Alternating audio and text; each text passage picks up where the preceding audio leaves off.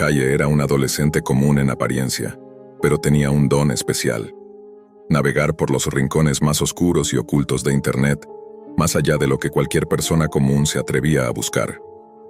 Su curiosidad era insaciable y su talento para descifrar códigos y esquivar barreras lo había llevado a descubrir sitios que ni siquiera los hackers profesionales se atrevían a mencionar. Pero nada, ni siquiera en la vasta oscuridad digital, podría prepararlo para lo que estaba a punto de encontrar. Una noche cualquiera, mientras exploraba un foro de la Deep Web que ofrecía todo tipo de servicios ilegales y macabros, un enlace inusual llamó su atención. El subastador, decía el título, simple y directo, pero lo que realmente perturbó a Haye fue la interfaz. Una página minimalista, con una cuenta regresiva y una lista de objetos con fotos y descripciones que parecían sacadas de una pesadilla. Personas, seres humanos, vendidos como si fueran mercancía común. La primera vez que vio el listado pensó que se trataba de algún tipo de broma, una ficción viral o un experimento social, pero la crudeza de las imágenes y la precisión de las descripciones, con detalles sobre edad, estatura, peso y características físicas, junto con videos que mostraban a los objetos en condiciones inquietantes, hicieron que su escepticismo se desvaneciera rápidamente. Entre las muchas personas en venta, una llamó su atención: Tyler, un chico de su edad, cabello oscuro y ojos que parecían pedir ayuda silenciosa a través de la pantalla.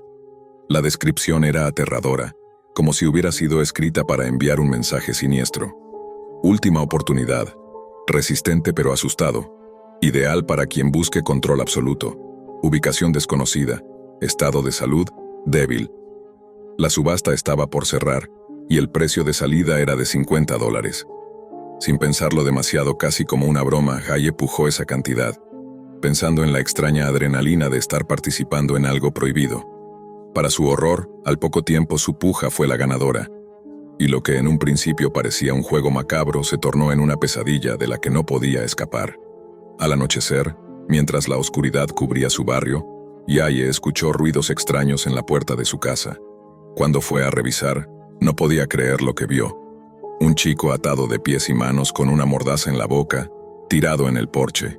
Cerca, una furgoneta negra esperaba con las puertas abiertas, lista para partir. La mente de Haye se congeló, su pulso se aceleró y su instinto le gritó que huyera.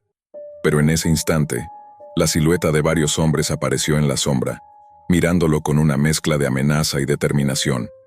La carrera por su vida comenzó. Haye corría sin rumbo, con el corazón latiendo desbocado, sintiendo que cada paso que daba era seguido por sombras que se acercaban. La ciudad se transformó en un laberinto oscuro y peligroso. Entró en callejones, se escondió entre contenedores, pero la persecución era implacable. Cuando finalmente llegó a su casa, agotado y sin más opciones, encontró que la puerta estaba forzada y la seguridad violada. En el interior, el terror se intensificó. Los hombres lo atraparon sin piedad, lo amordazaron y metieron en una caja de madera pequeña, apenas lo suficientemente grande para contener su cuerpo tembloroso. La oscuridad era total, el aire escaso, y el silencio se volvió un monstruo que le comía el alma. El viaje fue largo y silencioso. La caja se movía constantemente, y la incertidumbre sobre el destino final lo devoraba. Cuando la tapa finalmente se abrió, Haye fue llevado a una mansión que parecía sacada de una película, pero con un aire siniestro, casi como una fortaleza de pesadilla. Allí, rodeado de desconocidos que lo miraban como si fuera un objeto, comprendió la realidad más terrible. Él y otros como él no eran más que mercancía para compradores ricos y poderosos, quienes los usaban para sus propios fines oscuros. El miedo se mezclaba con la desesperanza mientras Haye se daba cuenta de que cada intento de escape solo lo hundía más profundo en ese abismo. Lo que comenzó como una acción impulsiva y casi inocente en la pantalla de su computadora había desencadenado una cadena de horrores que parecía no tener fin. En ese lugar, el tiempo se diluía, y cada día era una lucha por mantener la cordura en un infierno tangible.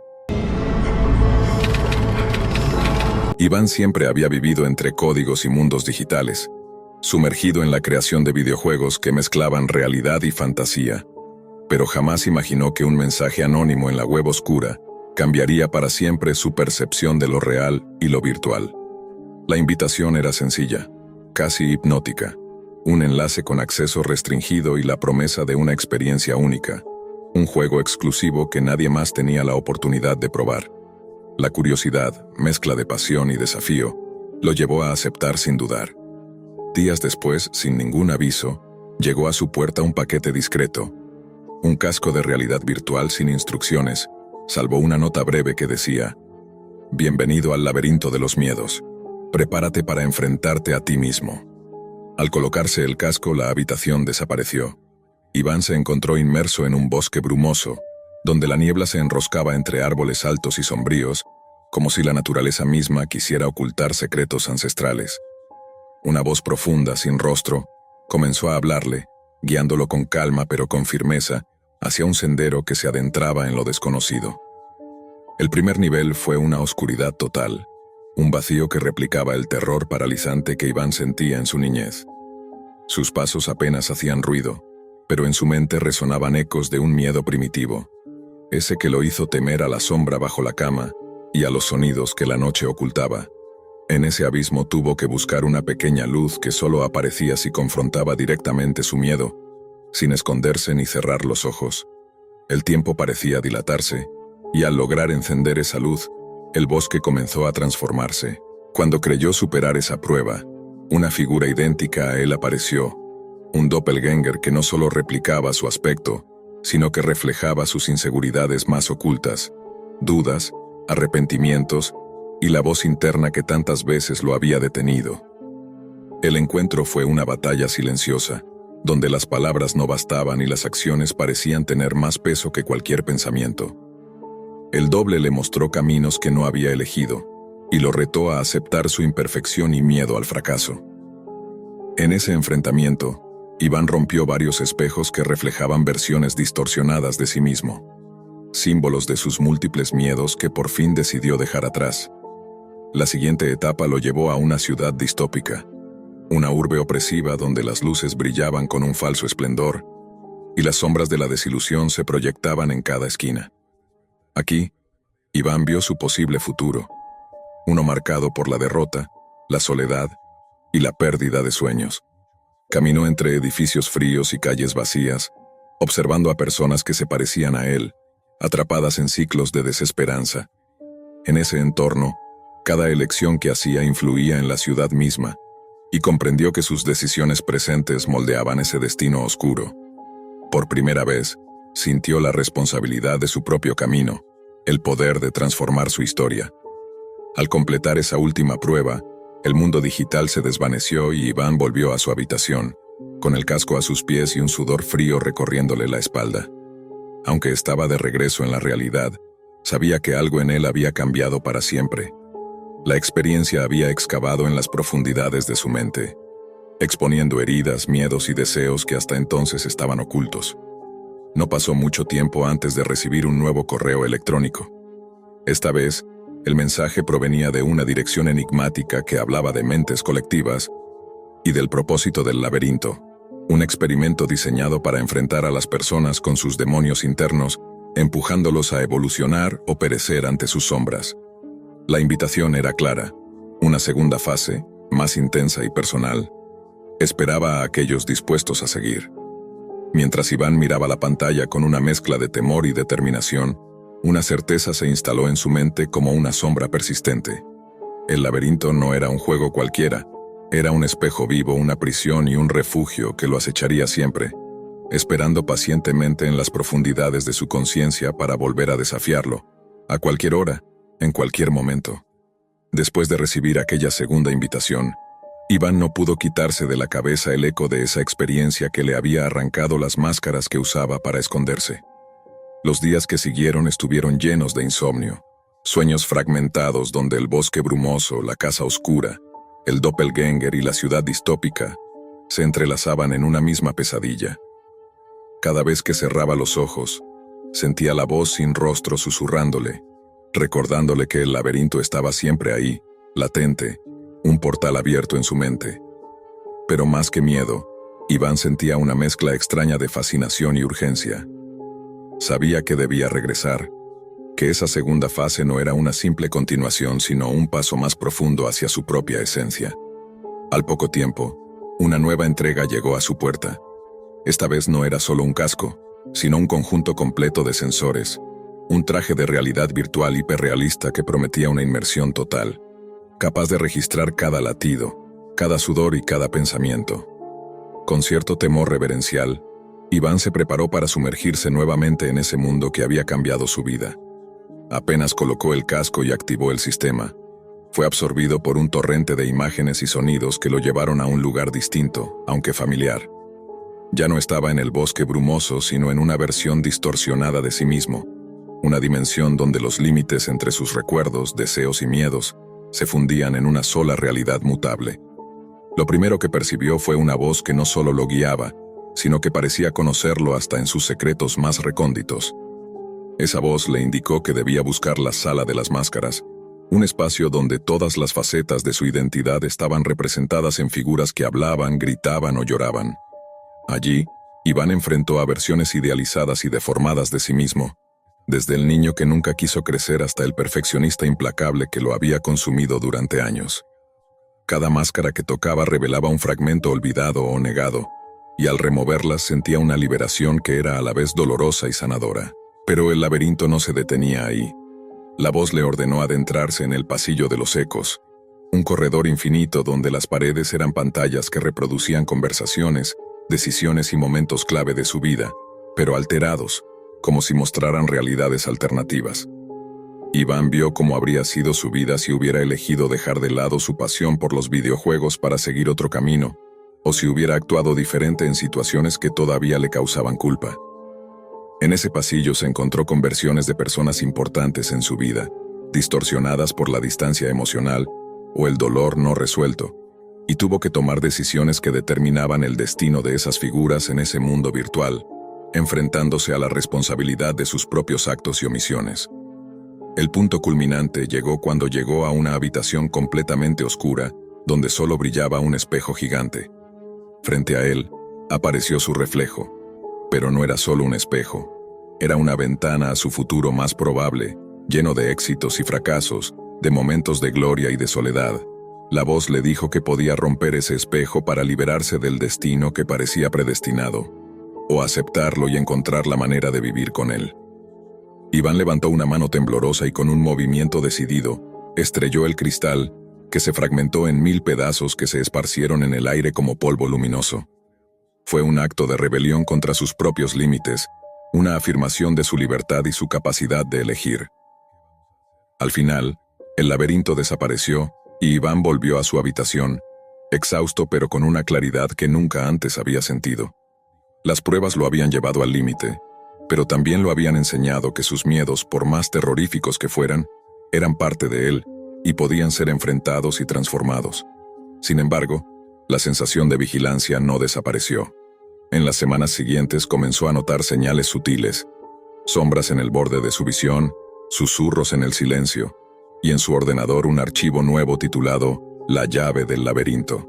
Intrigado y cauteloso abrió el archivo y encontró un mensaje que decía: el laberinto es más que un juego, es una puerta. Aquellos que enfrentan sus miedos con valor tienen la oportunidad de trascender. Pero cuidado, no todos los caminos llevan a la luz. Iván comprendió que lo que había comenzado como una experiencia virtual se había convertido en una búsqueda real, una batalla interna sin fin donde cada decisión y cada pensamiento podían abrir nuevas puertas o encerrar nuevas prisiones. El laberinto vivía dentro de él, acechando en las sombras de su mente, un espejo que nunca dejaba de reflejar la complejidad de su ser. Y mientras observaba la pantalla en la penumbra de su cuarto, supo que la invitación a seguir explorando ese mundo oscuro y fascinante siempre estaría ahí, aguardando el momento justo para envolverlo de nuevo en su misterio. Los días siguientes, Iván vivió una extraña dualidad. Por un lado, intentaba retomar su vida habitual, trabajando en su nuevo proyecto de videojuego y relacionándose con amigos y familiares, pero por otro, sentía la presencia constante del laberinto acechando su mente, como un susurro persistente que no podía ignorar. Su realidad se mezclaba con fragmentos del juego. En momentos de silencio, veía destellos del bosque brumoso, escuchaba ecos de la voz sin rostro y sentía la presión de sus miedos transformándose en desafíos. Finalmente, la curiosidad y la necesidad de comprender lo que estaba viviendo lo llevaron a aceptar la tercera invitación, que llegó junto con una advertencia. Esta fase no es solo para enfrentar miedos, sino para renacer o desaparecer. Al activarla, Iván fue transportado a un espacio sin forma definida, un vacío donde él mismo era la única constante. Allí, comprendió que el laberinto no era solo un juego, sino una manifestación de la mente colectiva que conectaba a los jugadores a través de sus miedos y esperanzas. Un experimento que fusionaba tecnología y psicología con el propósito de trascender las limitaciones humanas. En ese vacío, Iván se enfrentó a su mayor miedo: la pérdida de identidad. Allí no había nada más que él, y a la vez, todo lo que había sido y podría ser. Para avanzar, debía aceptar no solo sus virtudes, sino también sus sombras, sus errores y sus dudas, reconociendo que la verdadera fortaleza radicaba en la aceptación completa de sí mismo. Después de un proceso que pareció eterno, el vacío comenzó a transformarse en luz cálida, y una voz amable, esta vez con rostro humano, le habló. «Has llegado al final, Iván. El laberinto es un espejo sin fin, y quienes lo recorren salen transformados, no porque cambien el mundo, sino porque cambian su forma de verlo». Iván despertó en su habitación, esta vez sin el casco ni los sensores, pero con una sensación de paz y renovación. Había atravesado un viaje interior que lo había despojado de sus miedos paralizantes y le había dado la fuerza para enfrentar su futuro con valentía y conciencia. Un último correo apareció en su bandeja de entrada, con un mensaje simple y contundente. El laberinto siempre estará ahí, en la oscuridad de tu mente, listo para regresar cuando tú lo necesites, porque el mayor desafío no está en el juego, sino en la vida misma. Con una sonrisa tranquila, Iván apagó su computadora. Sabía que su vida ya no sería la misma, que el laberinto había dejado una marca indeleble en su alma, pero también que había encontrado dentro de sí mismo la luz para seguir adelante, más fuerte y libre que nunca. En un pueblo pequeño de Pensilvania, donde las calles parecían conservar un silencio perpetuo, un grupo de estudiantes universitarios buscaba algo que rompiera la monotonía de sus días. Entre ellos estaba José, un joven apasionado por la tecnología, conocido por su habilidad para navegar y descubrir rincones ocultos en Internet. Fue él quien propuso adentrarse en la web oscura, la Deep Web, un lugar lleno de secretos y misterios que pocos se atrevían a explorar. Con la mezcla de curiosidad y adrenalina que solo el desconocido puede provocar, los estudiantes se reunieron una noche en la habitación de José, frente a la pantalla luminosa que parecía abrirles un portal a otro mundo. José les mostró un sitio llamado El Cementerio Digital, un espacio virtual donde, según la leyenda local y los rumores en foros clandestinos, se alojaban videos de personas fallecidas, quienes aparentemente dejaban mensajes finales a través de grabaciones inquietantes. Los primeros videos eran perturbadores, rostros sin expresión, ojos vacíos que parecían mirar directamente al alma, palabras entrecortadas y símbolos crípticos que nadie lograba descifrar. Cada clip emanaba una atmósfera opresiva, como si la muerte hubiera encontrado una forma de congelar la esencia humana en la red. Algunos del grupo comenzaron a sentir una incomodidad que fue aumentando con cada reproducción. La tensión llegó a su punto más alto cuando de repente apareció un nuevo video titulado Para José. En la pantalla, la imagen estaba borrosa al principio, pero poco a poco tomó forma el rostro de una mujer, la madre de José, fallecida hacía años. Su voz débil y temblorosa advertía con palabras que helaban la sangre. Han sido marcados, ellos vienen. La habitación se inundó de un silencio espeso. Nadie habló, nadie respiró con normalidad. Los días siguientes se convirtieron en una pesadilla que desbordaba la realidad. Mensajes anónimos comenzaron a llegar a sus teléfonos, sin remitente ni explicación. Sombras parecían acecharlos en cada esquina, figuras que se desvanecían cuando intentaban ser enfrentadas.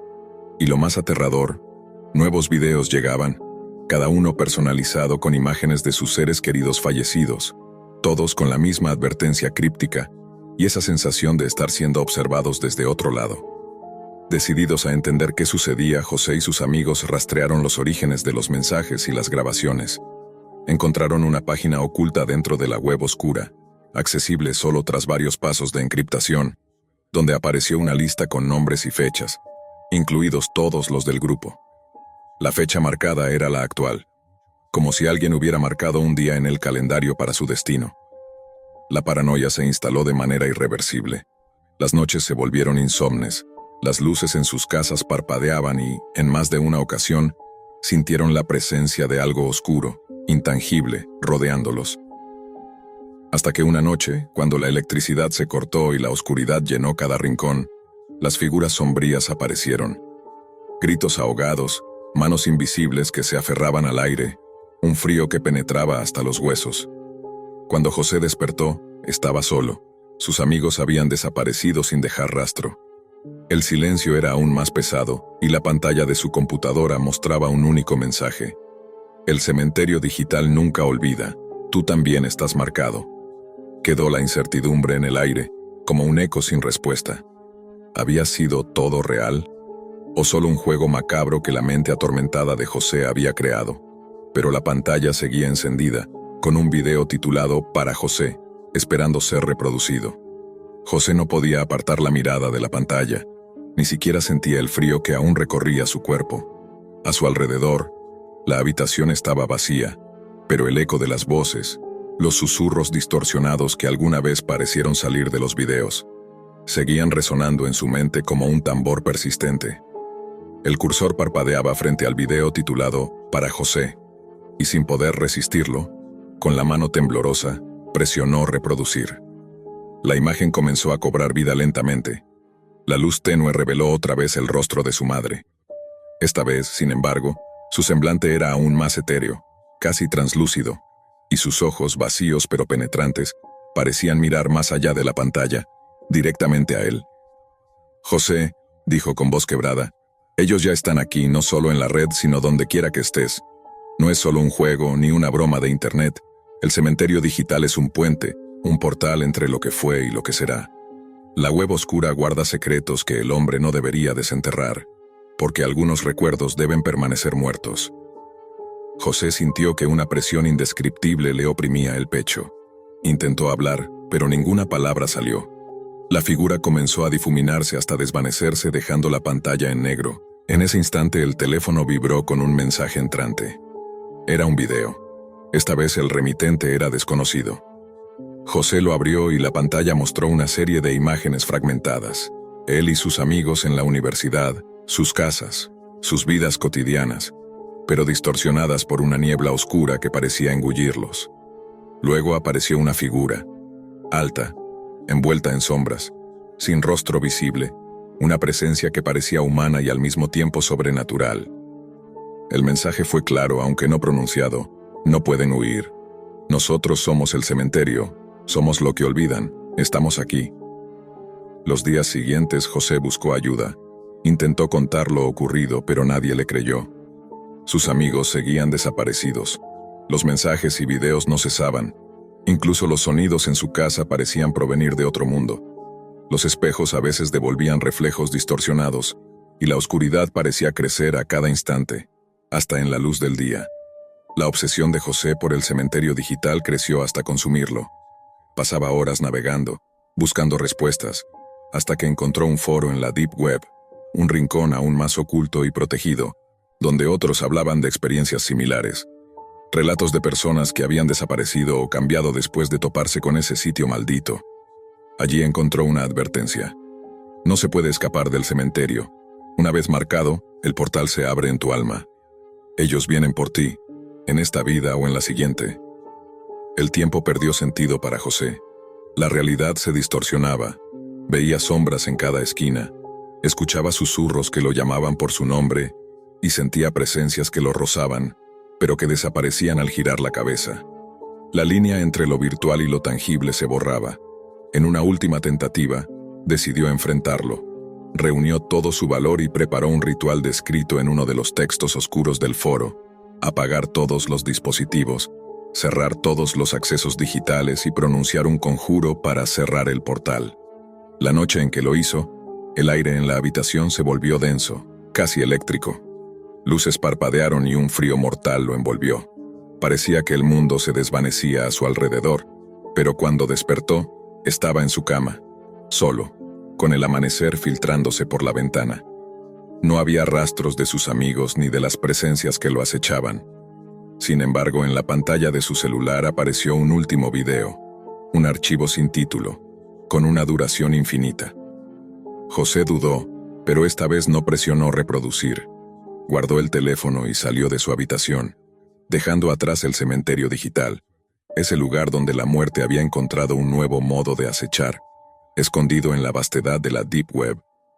Pero en el fondo, sabía que eso no había terminado, porque en algún lugar entre ceros y unos en la oscuridad invisible de la red, las almas marcadas seguían esperando, y la puerta seguía abierta, lista para atrapar a cualquiera que se atreviera a mirar.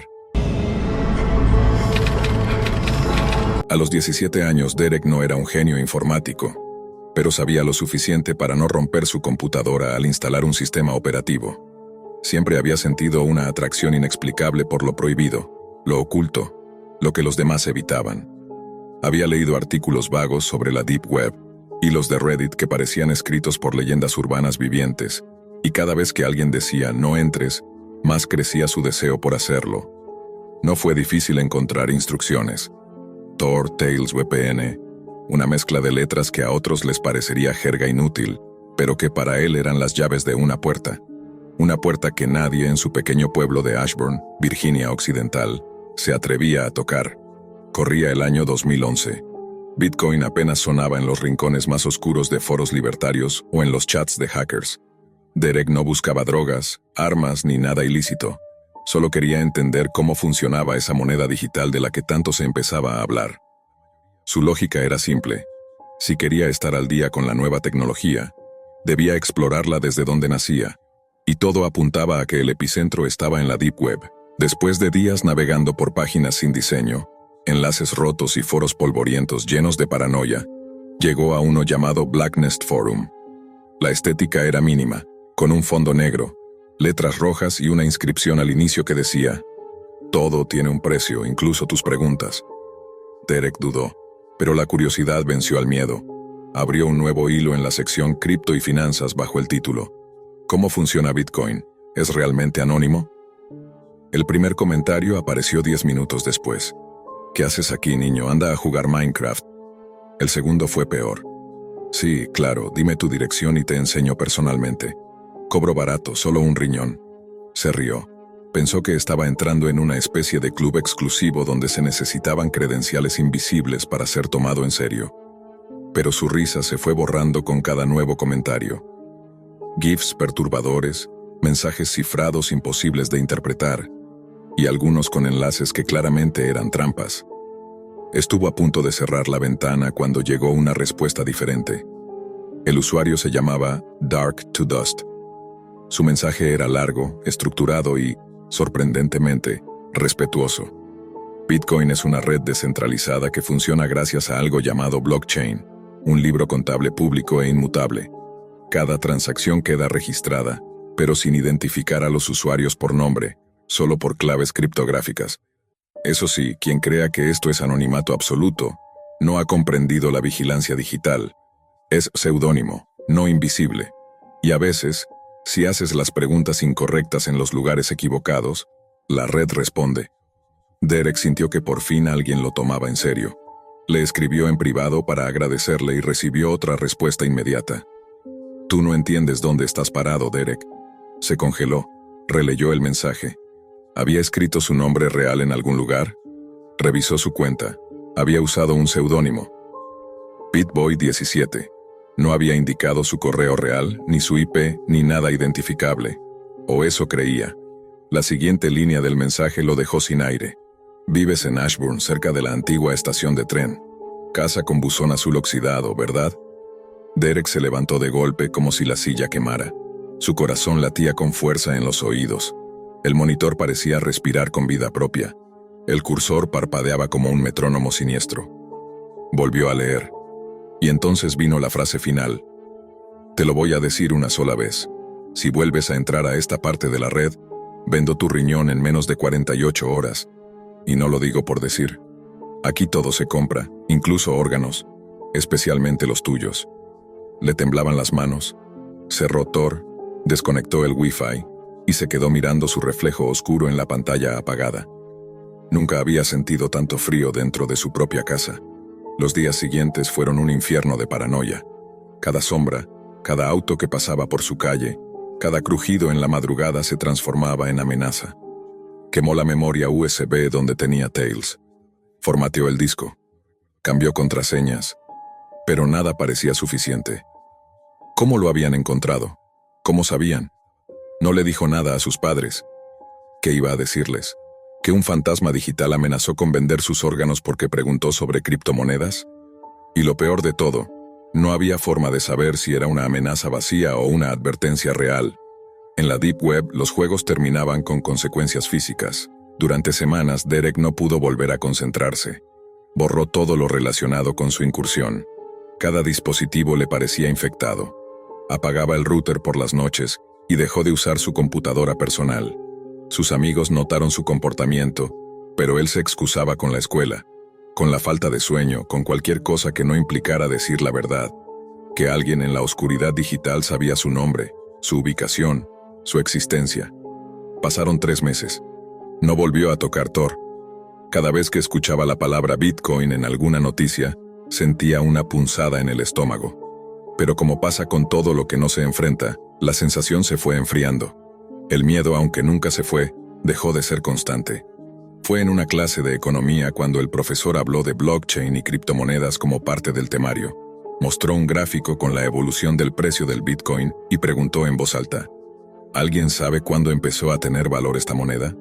Derek lo sabía. Fue a finales de 2010, cuando alguien cambió 10,000 bitcoins por 2 pizzas. Recordó ese dato con claridad enfermiza. También recordó al tipo que lo había amenazado. Dark to Dust. Esa noche, ya sin tanto miedo pero con una mezcla peligrosa de curiosidad y rebeldía, volvió a conectar su vieja laptop.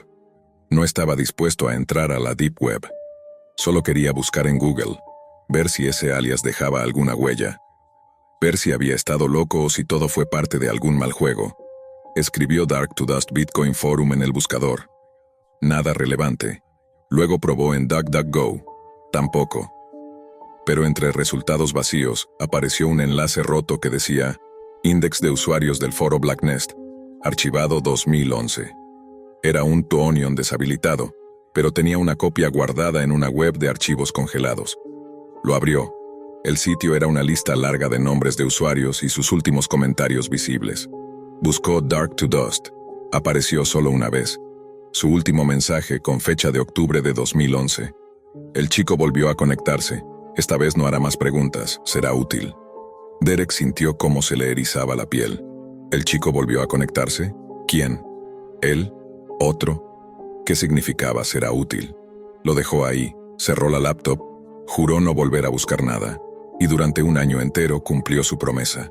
Años después, Derek se convirtió en ingeniero en ciberseguridad. Inevitablemente, lo que un día fue trauma se convirtió en vocación. Su experiencia le dio una ventaja. Sabía lo que no debía hacer. Sabía qué había detrás de las puertas digitales. Trabajó para una firma que rastreaba amenazas y ataques provenientes de redes ocultas. Sin decirlo en voz alta, su verdadera motivación seguía latente: encontrar a Dark to Dust. Con el tiempo, reconstruyó una versión propia de Blacknest Forum usando los fragmentos que sobrevivieron en la red. Miles de líneas de código, reconstrucciones parciales, conversaciones codificadas. Pero algo persistía como un error dentro del sistema, una firma digital. Cada mensaje de Dark to Dust, incluso aquellos que parecían haber sido eliminados, dejaban un residuo como una especie de eco. Al analizar su hash, notó algo extraño. La clave tenía una secuencia reconocible. No por su estructura técnica, sino por su contenido. La clave contenía las coordenadas de una ubicación, 38.4308 grados norte, 80 y 1.8320 grados oeste. Ashburn. Más exactamente a menos de 2 millas de la casa donde creció. Sintió una presión en el pecho.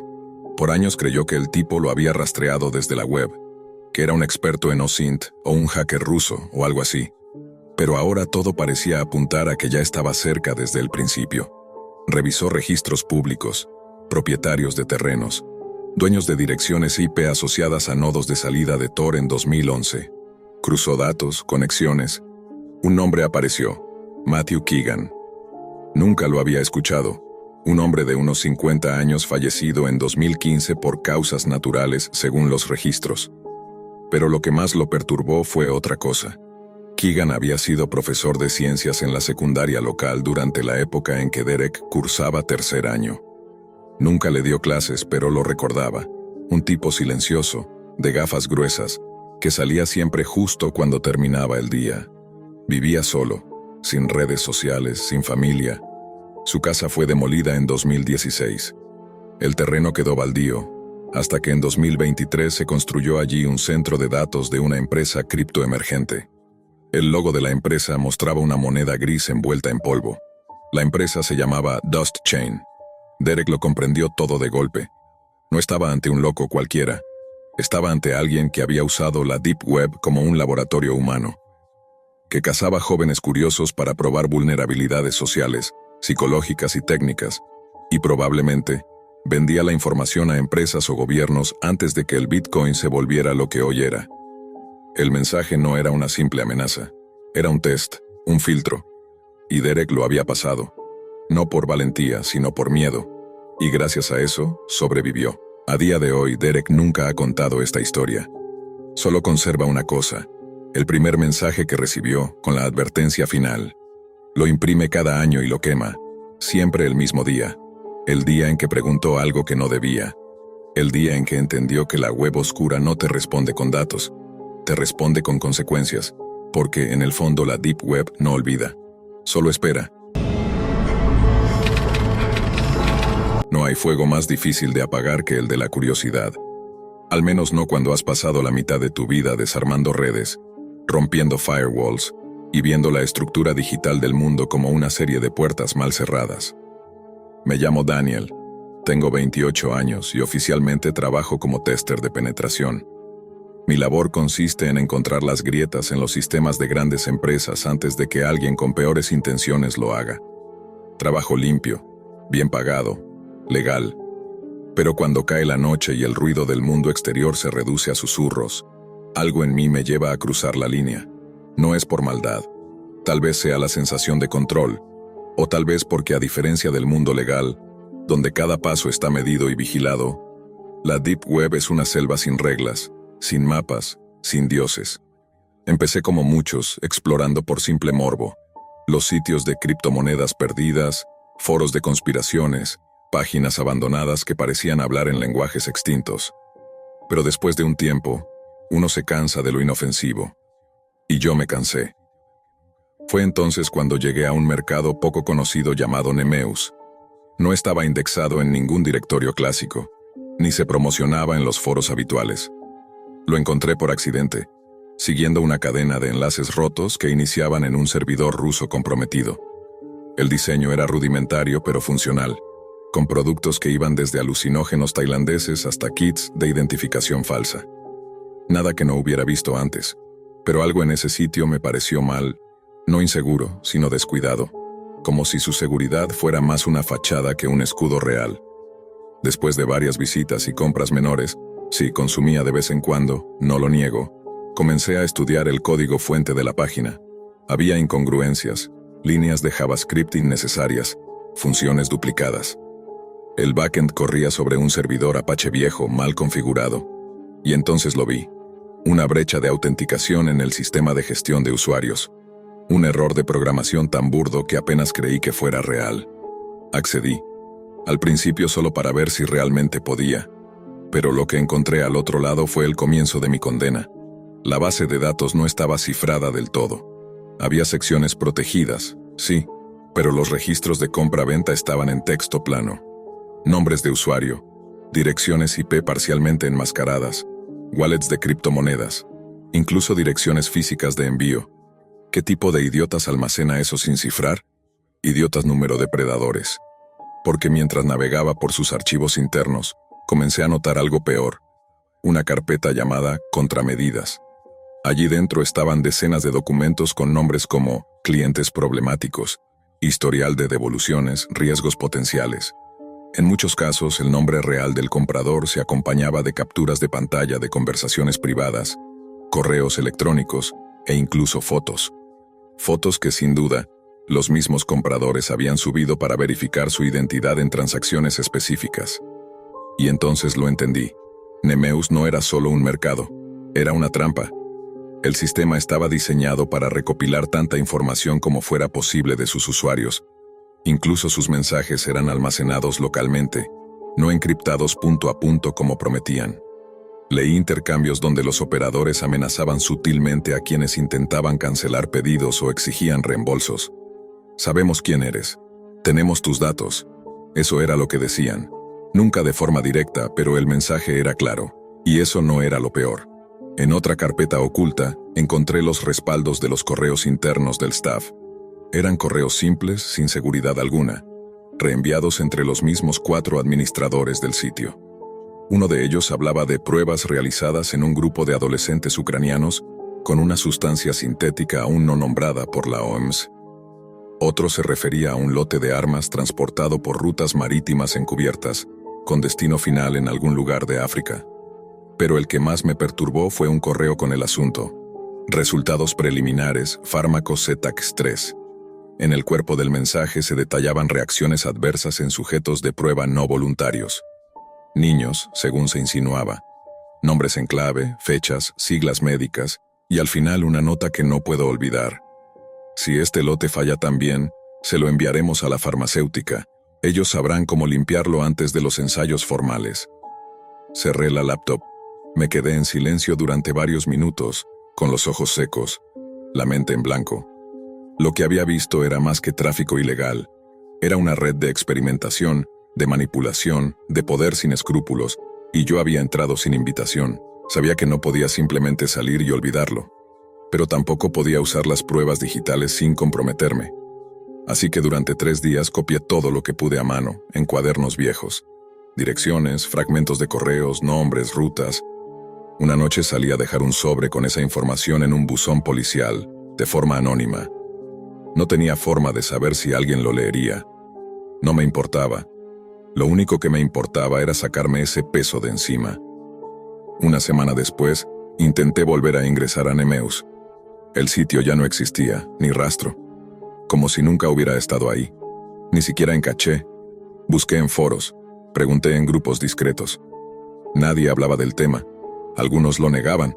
Otros aseguraban que Nemeus era solo un mito. Como si lo hubieran borrado de la realidad misma. Pero yo sé lo que vi. Sé lo que anoté. Y cada noche antes de dormir, me pregunto qué pasó realmente con toda esa información. Pasaron semanas. Luego meses. Nunca recibí confirmación alguna de que mi denuncia surtiera efecto. El sobre que dejé no generó titulares. No hubo redadas. Ninguna farmacéutica fue expuesta. Nadie me contactó. Pero el silencio no era tranquilo. Era pesado, como si hubiera alertado a algo que ahora me observaba desde la oscuridad. Una noche, mientras revisaba algunos logs de tráfico en mi red doméstica, noté algo extraño. Un paquete de datos saliente que no había autorizado. Un ping a una dirección Onion. Revisé los registros. Era mi laptop la que había enviado el paquete, desde una instancia de Tor que no estaba abierta. Abrí el sistema y no encontré nada en ejecución. Nada visible. Era como si alguien hubiera dejado una ventana entreabierta y yo ni siquiera lo notara. Formateé todo. Cambié claves. Aislé dispositivos. Compré hardware nuevo. Pero la paranoia ya estaba instalada. Y lo peor fue que no tenía forma de saber si era real, o si simplemente el peso de lo que había visto me estaba quebrando la mente. Las semanas siguientes me obsesioné con buscar rastros. Usé máquinas virtuales para navegar nodos abandonados. Encontré fragmentos de códigos similares en otros mercados emergentes. Vi cómo ciertas palabras clave volvían a aparecer en foros ocultos. ZX3, Z-Child, Purity Line. Nombres que antes no significaban nada, pero que ahora me erizaban la piel. Era como si Nemeus hubiera sido solo una cabeza de una hidra mayor. Cortada una, otras tomaban su lugar. Una madrugada recibí un correo en una de mis cuentas viejas de pruebas. Sin asunto, sin remitente, solo una imagen. Era una fotografía tomada desde el exterior de mi edificio. Desde un ángulo imposible, como si alguien estuviera colgado desde el techo o flotando en el aire. En la imagen se me ve sentado frente a mi escritorio, con la luz del monitor reflejada en el rostro. Apreté los dientes. No lo borré. No lo compartí. Lo guardé. como una confirmación de que todo era real. Desde entonces dejé de explorar, no porque me falten ganas, sino porque entendí algo esencial. No se puede entrar a las sombras sin que ellas te vean. La Deep Web no es un lugar, es un espejo. Uno que refleja no solo lo que eres, sino lo que podrías ser si cruzaras un límite más. Porque eso es lo que hace, te empuja, te tienta, te observa. Y si te descuidas, te absorbe. A veces me despierto sudando, convencido de que alguien ha entrado en casa. O escucho el sonido hueco de una notificación inexistente en medio de la noche. Nadie más lo oye, nadie más lo siente, pero yo sí, porque una parte de mí aún está allá abajo, aún mira, aún escucha. El mercado desapareció, pero su código sigue vivo. Sus prácticas se replican, sus archivos mutan, sus contactos migran. El mundo piensa que lo peor de la web oscura son las drogas o los asesinos a sueldo, pero no. Lo peor es el sistema que se esconde detrás, organizado, frío, meticuloso. Una red sin rostro que no necesita nombres para controlar tu vida. Solo necesita una razón, o una grieta por donde entrar. Y lo más aterrador es esto. Yo la encontré. Yo entré. Yo vi. Y no estoy seguro de haber salido del todo. Nunca supe en qué momento dejé de buscar respuestas y empecé a buscar oscuridad. Supongo que era más fácil culpar al mundo que a mí mismo. Tenía 20 años, una mente en llamas y un entorno donde el odio se respiraba como el aire, natural, invisible y mortal. No era un marginado, ni un genio, solo un chico solitario en un barrio donde todos parecían tener enemigos invisibles. Mi padrastro hablaba de la invasión en la frontera como si fuera una guerra personal. Mis amigos de secundaria compartían memes racistas como si fueran bromas inofensivas. Y yo, atrapado entre la apatía y el rencor, empecé a frecuentar foros donde el lenguaje violento era moneda corriente. Todo comenzó con un enlace en un chat de Discord. Alguien lo posteó en tono de burla, pero me picó la curiosidad. El mensaje decía simplemente, donde los que no tienen miedo dicen la verdad. eknights.forum 3.onion, un link.onion accesible solo a través de Tor. Ya había oído hablar de la Deep Web, y como muchos, tenía una mezcla de miedo, morbo y arrogancia. Pensé que podía entrar, mirar un rato y salir, pero no fue así. Instalé Tor en una tarde gris, cerré la puerta de mi habitación y me puse los auriculares como si eso pudiera aislarme de lo que estaba a punto de ver. La página tardó en cargar. Fondo negro, letras rojas y un logo en ASCII de un casco medieval. Bajo él, un lema. Los caballeros no retroceden. Tuve que registrarme para ver los hilos internos. No pedían mucho, solo un correo encriptado y una breve descripción de tu visión del mundo. Puse algo ambiguo, imitando el lenguaje que ya había aprendido de otros foros más light. Aprobado en menos de una hora. Adentro, el foro era una caverna de ecos, un lugar donde cada mensaje alimentaba al siguiente. Había subforos, política de pureza, operaciones locales, exposición de traidores, memes para la guerra, pero el que más visitas tenía era acciones verificadas. Ahí comenzó la pesadilla. El primer post que me perturbó no fue el más gráfico, sino el más casual. Un usuario con avatar de cruz negra posteó: hoy hicimos un pequeño ajuste, se acabaron las banderas extranjeras en nuestra calle, gasolina y cerillos, América primero. Y debajo fotos de una casa carbonizada con una bandera mexicana medio derretida en el buzón. El hilo se llenó de emojis, aplausos y hasta consejos para mejorar la cobertura la próxima vez. Pensé que era una puesta en escena, que era falso. Pero luego otros usuarios comenzaron a compartir ubicaciones, capturas de Google Maps y fotos antes y después de los ataques. Una noche encontré un hilo titulado Lección para una familia que no pertenece aquí. El video duraba 3 minutos. Al principio, solo se ve una cámara en primera persona acercándose a una casa por un callejón. Se escucha una respiración agitada. Luego una piedra rompe la ventana. El tipo entra, destroza lo que encuentra a su paso, quiebra fotografías familiares, derriba muebles y deja un mensaje pintado con aerosol. Esto es nuestro, lárguense o mueren. Apagué el video antes de que terminara. Sentí náuseas. Durante días pensé en salir del foro, en borrar todo. Pero también me dije que alguien debía documentar eso. que si solo me iba, me convertía en cómplice por omisión. Así que decidí quedarme, en silencio, capturando pantalla tras pantalla, tomando nota de nombres de usuario, IP parciales, y cualquier cosa que sirviera como evidencia. Fue entonces cuando apareció Dreadwolf TX. Este usuario no posteaba memes ni amenazas vagas. Sus mensajes eran metódicos, fríos. Uno de ellos decía: anoche, 2:43 AM, 2 objetivos interceptados. Uno intentó correr. Resultados, confirmados. Zona limpia, adjuntó una imagen de una camioneta polvorienta en medio del desierto, con un cuerpo a medio cubrir con ramas. No quise mirar los otros archivos adjuntos, pero los nombres eran contundentes. Trofeo 1.jp, cosecha.mov. El post que me quebró fue el siguiente: la niña sigue sin hablar, no entiende inglés. La voy a ofrecer en el mercado. Interesados DM, no pude respirar. Quise gritar. Cerré la laptop y la tiré al suelo. No dormí esa noche. Solo podía pensar en ella, esa niña de la que hablaba como si fuera un objeto. Me imaginaba sus ojos, su terror. A la mañana siguiente, respiré hondo. Abrí una cuenta anónima en ProtonMail y envié todo lo que tenía a una dirección del FBI que encontré en foros de denuncia. No dejé mi nombre, solo escribí: esto no puede seguir, ayúdenla. Esperé, no supe si leyeron el mensaje, no supe si actuaron, pero el foro sí supo algo. Una semana después, varios hilos comenzaron a desaparecer. Luego, un mensaje fijo apareció en la página principal. Alerta, hay un soplón entre nosotros, protocolos de limpieza activados, el traidor será expuesto. Me quedé helado. ¿Cómo sabían? ¿Había rastros en mis capturas? ¿Me equivoqué en ocultar mi IP? ¿Podían encontrarme? Cambié de lugar todos mis dispositivos. Compré un teléfono nuevo. Me desconecté de todo. Pero no me sirvió. Una noche, escuché un golpe seco en mi ventana. No era viento. Era una piedra, y en ella un papel amarrado con cinta negra. Solo tenía una palabra escrita, con tinta roja y temblorosa: caballero. Abrí la ventana con manos temblorosas. Afuera no había nadie. Solo la calle desierta, la farola parpadeando y un silencio que no era natural. El papel seguía en mi mano. Caballero. No era una amenaza directa, pero el mensaje estaba claro. Sabían que yo había traicionado al grupo. Sabían dónde vivía.